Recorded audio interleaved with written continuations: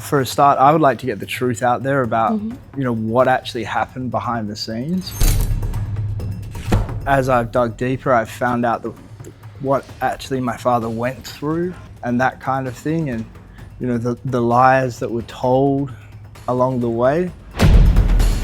My father was a lot the same. He shun away from all of this sort of the limelight and all of that kind of thing. You cannot put yourself through what I've been putting myself through for the last 3 years if this was just about money. It's 100% not about money. It's not about, the palaces or anything of that nature. It's if I am not asking for money, if I am not asking for property, I am not asking for anything. Hello and welcome. Today on our podcast, we are joined by Prince Azam Jah. He's the second son of the late Prince Mukarram Jah, the 8th Nizam of Hyderabad, and a descendant of the Azam Jah dynasty. He's a custodian of one of India's most significant royal legacies and has emerged as a prominent voice on heritage preservation while pursuing an ongoing legal battle concerning the administration and inheritance of the Nizam family's estate. Welcome, sir. Thank you. Thank you for having me.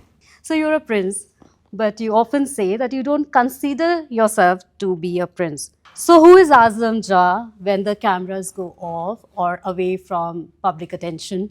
Look, I think I'm very similar to my father. My father was a lot the same. He shun away from all of this sort of the limelight and all of that kind of thing. Very simple guy behind the scenes. Used to love being in the country, used to love peace and quiet, all of that sort of thing. I mean, you're far more likely to find me at 8 o'clock in the morning walking down on the beach or, doing things like that. I'm a very sort of easygoing person, I guess you'd say. Don't get me wrong, I like all the fun and niceties of life, but I don't know. It's sort of, I'm a very relaxed sort of person. Yeah. So you carry one of India's most storied family names. Is it always a privilege, or do you think it also comes with burden? I really don't think in those sort of terms. I've been very lucky throughout my life. I haven't really sort of cared too much about other people's opinion of me personally. I try and lead a life that is good and try and be a good person, and that's sort of my caring. I definitely don't at all consider being from the Nizam's family and having the last Nizam of Hyderabad as my father. That's not a burden at all in any way, shape or form. I'm very, very proud of it. It's amazing, quite frankly, for me to be able to recount some of the stories that Dad told me and have these amazing memories of my childhood in Hyderabad and all of that kind of thing. That's 100% not a burden to me. Any specific memory that you would like to share? Time spent with your father or in palaces, anything specific, any place that still feels like home? The place that still very 100% still feels like home is Chiran Palace, which is now in the middle of what is a park. But that was home to me. I had the childhood I had there was, again, 100% not a burden. It was such an amazing childhood. I look back at some of the memories that I have from back, especially when I was very young, just absolutely brilliant. I have a great love of horses to this day, and the first horse that I ever had was in Chiran. It was quite a naughty little thing, I think, from memory. But it's the ability to be a 6 or 7-year-old child running around in the grounds of Purani Haveli or running around in Chalmela. Dad used to love Chalmela. I remember being out there quite a lot, especially on Friday. He would always go to Friday prayers at Mecca Masjid, and we would be in the Chalmela on a Friday,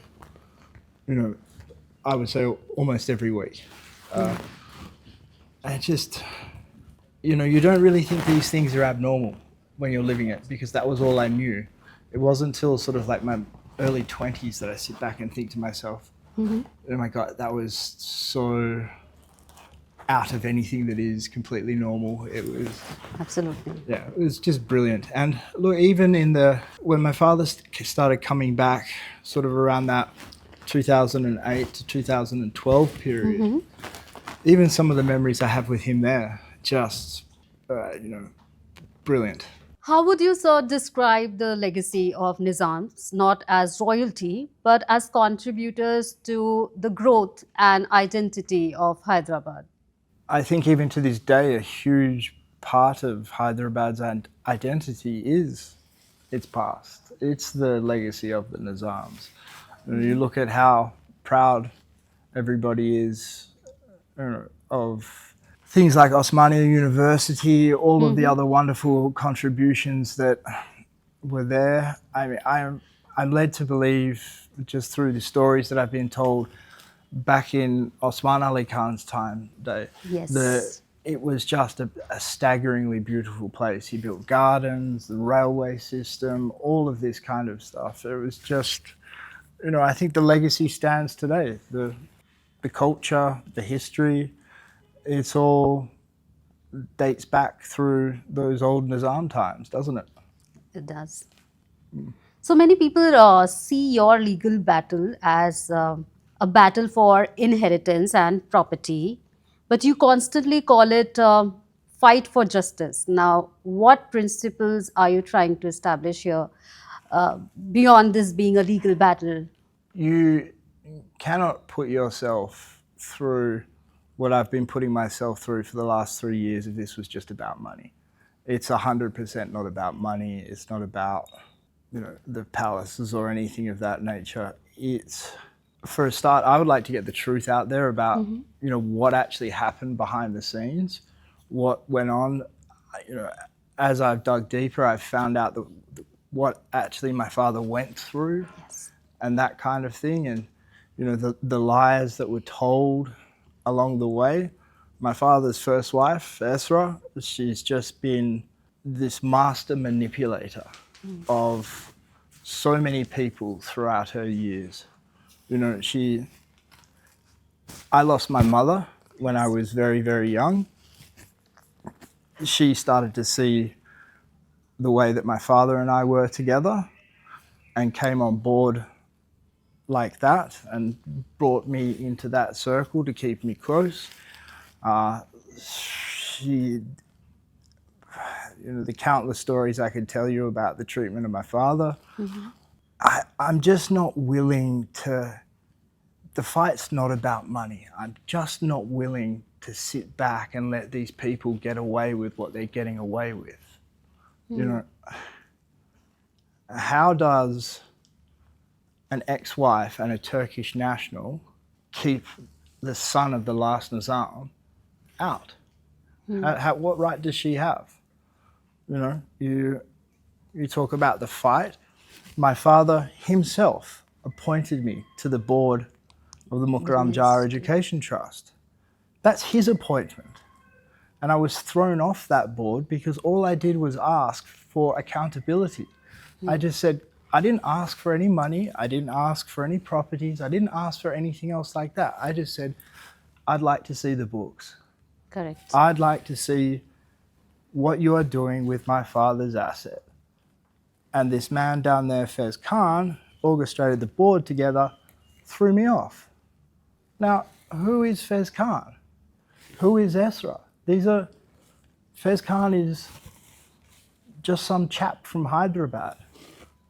Esra is my father's first wife. Correct. I'm his son. You're his son.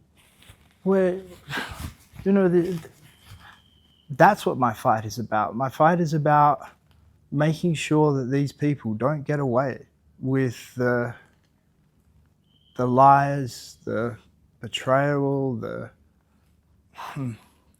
the activity down there, which I'm sure none of them want any sort of light shone on. Why? Let me ask you a very simple question then.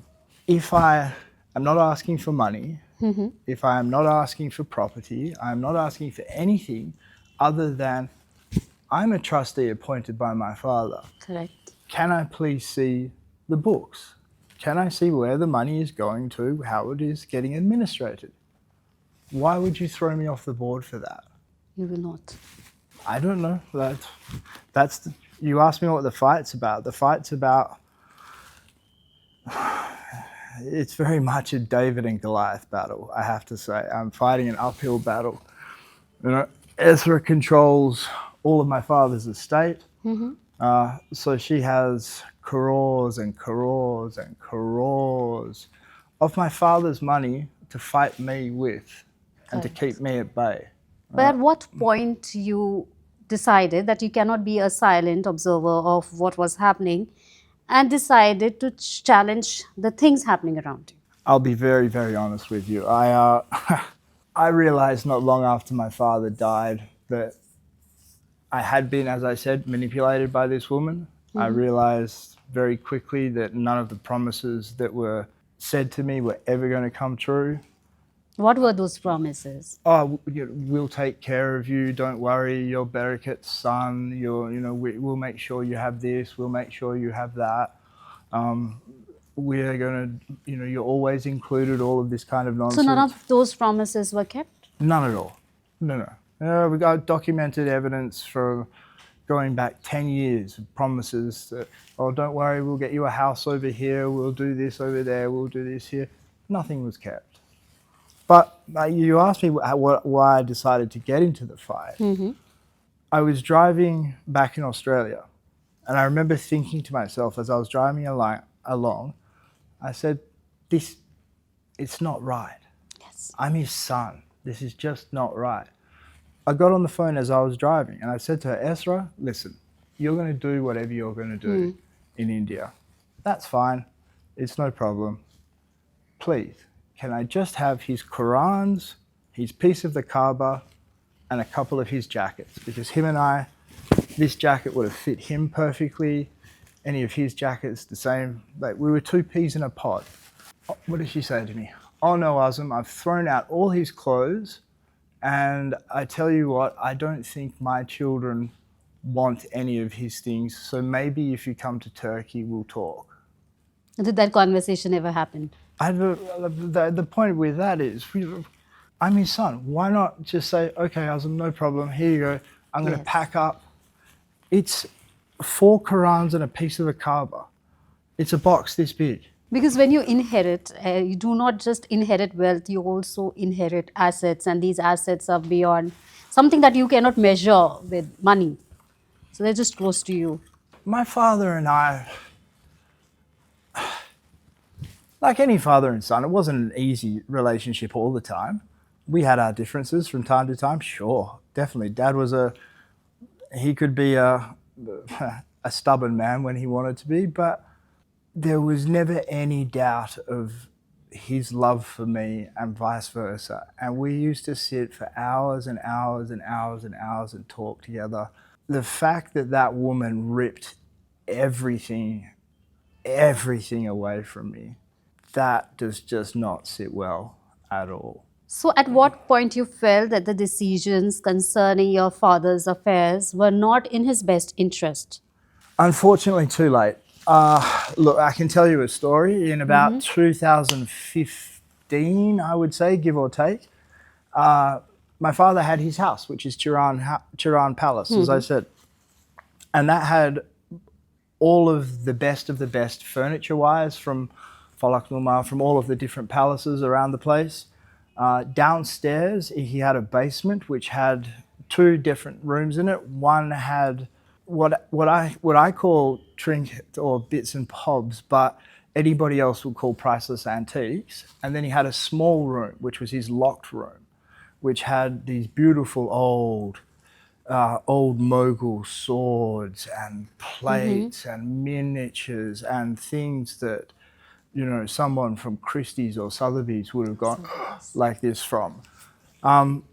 Ezra came to me and said, listen, I'm going to pack Chiran up.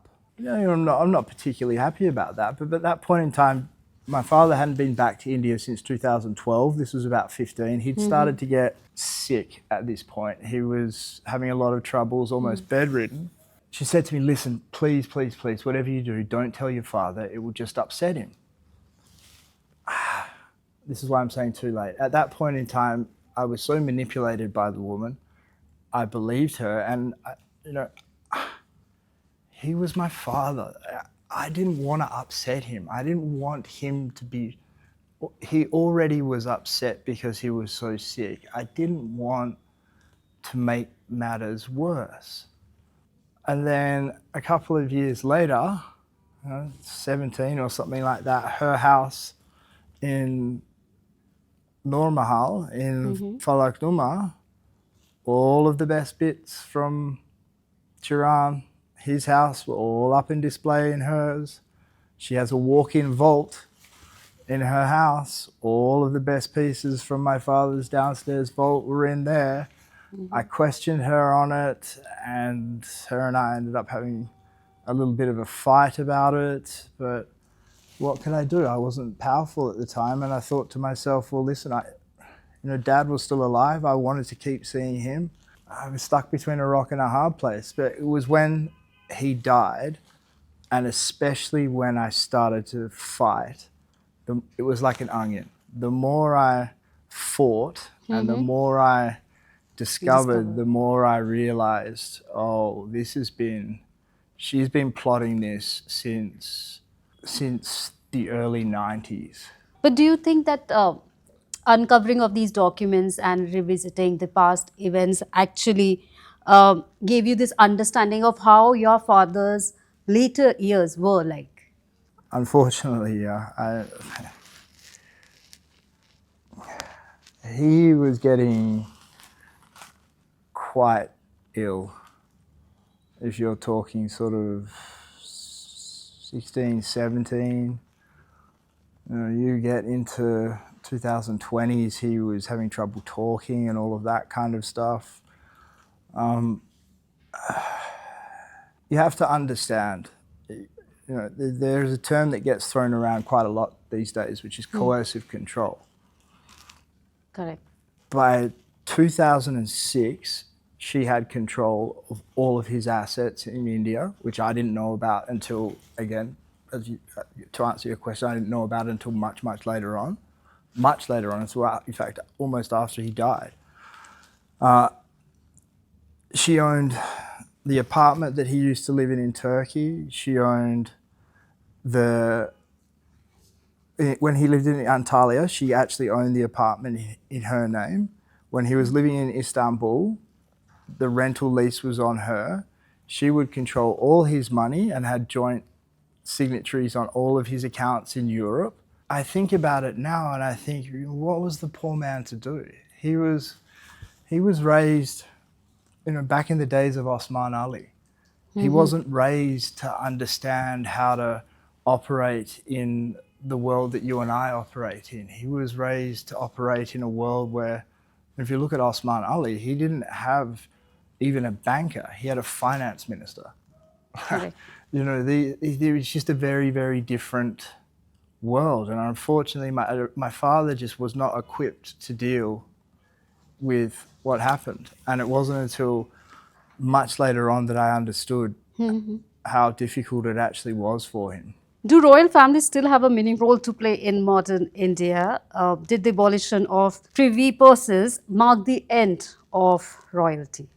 No, I think royal families still have a great part to play. If you look at, the one that certainly springs to mind is the Royal House of Jaipur. They're doing a fantastic job of keeping the traditions alive, keeping the culture alive. The younger generation has passed over now and they're doing a fantastic job in things like social media and portraying all of that kind of thing. They're very, very well respected. And I count myself blessed to call Her Highness Jaipur a friend to this day. Right? I think they've done a brilliant job. So yeah, if it's handled correctly, I think that it can play a big role. How do you see this prolonged legal battle? Has it taught you something about resilience or anything? It's had good and bad sides to it. It's consumed my life. As if you talk about the negative sides, then it's been all consuming in my life. It's changed me in a way that I don't sometimes like. But on the positive side, it's given me an immense amount of drive. It's given me an immense amount of clarity. I am very singularly focused on it.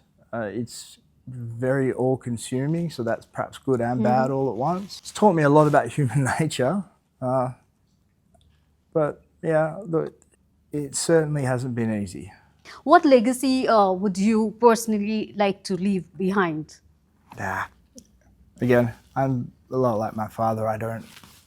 That kind of thing is sort of, it's not that it's bad, I just sort of, I don't know, I feel a bit funny about it. If I'm to leave a legacy behind, or if anybody talks about me, I'd like it to be that he stood up, that he didn't just take it, that even against every single roadblock he faced, he kept going, that sort of thing. Other than that, I don't know. If people judge me and say, yeah, I met him, he's a really nice guy, I'll be quite happy with that. So this is my very last question. If history were to remember Prince Azam Jah in a single chapter, what would you want that final chapter to say? I would like to just go down, I don't even like saying go down in history, but I'd like to just be remembered as somebody that was on the right side, that tried to do the right thing, that kept fighting no matter what, and hopefully was the guy that won, the guy that defeated the David that beat Goliath, I guess. Well, on that note, sir, thank you so much for giving us your time. It was a pleasure talking to you. Thank you so much. Thank you so much.